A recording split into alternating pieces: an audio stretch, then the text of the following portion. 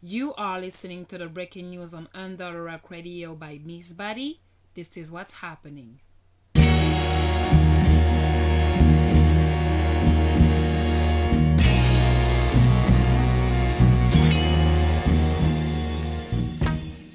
And Boko Haram has spoken. According to CNN, a member of the Islamist group Abu Bakr Sheko posted a video online this Saturday claiming responsibility for a bombing in Abuja.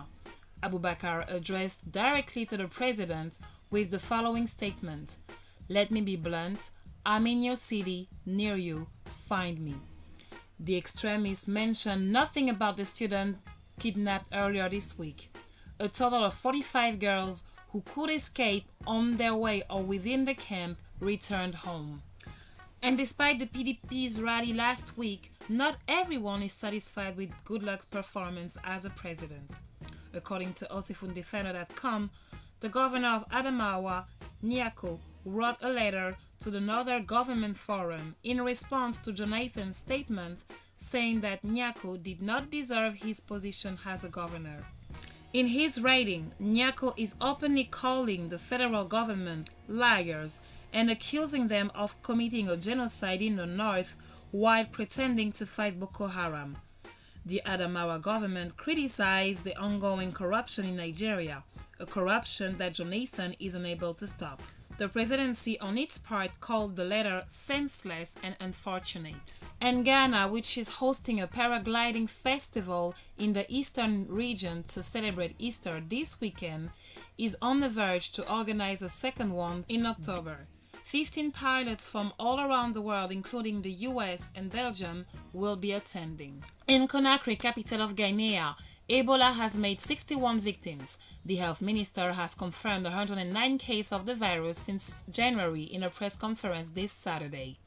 Ebola, which was first discovered in the late 70s, has no cure and carries a fatality rate of up to 90%. Still speaking of Ebola, no dead bodies can be buried in Sierra Leone. Due to the Ebola virus threat, the government of Sierra Leone has banned the bringing of dead bodies to be buried, especially corpses from Liberia and Guinea.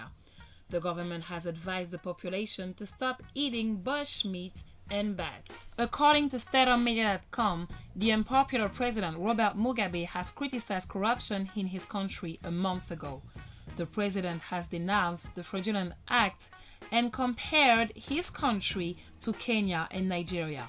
His comment became known this week and went viral on social media. The Secretary of Nigeria's Foreign Affairs was quick to respond, calling Mugabe's statement dishonorable and unkind. The Kenya Premium News did not comment. The United Nations has released a statement expressing its outrage after the attack in one of their bases in South Sudan.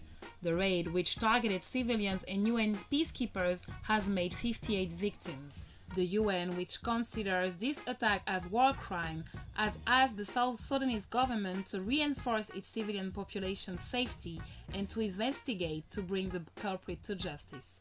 South Sudan has been in a civil war for the past 4 months after violent conflict have been happening between anti- and pro-government forces. And Frédéric Declercq, the former head of state in South Africa, has said that his country was in a much better place than it was before the end of apartheid. South Africa, which will celebrate 20 years of freedom, is still facing challenges like corruption, high unemployment, and inequalities. You have been listening to the breaking news on Under the Rock Radio. Follow us on Twitter, Instagram, and Facebook. Chichi Media is coming next. You are listening to the breaking news on Under the Rock Radio by Miss Bady. This is what's happening.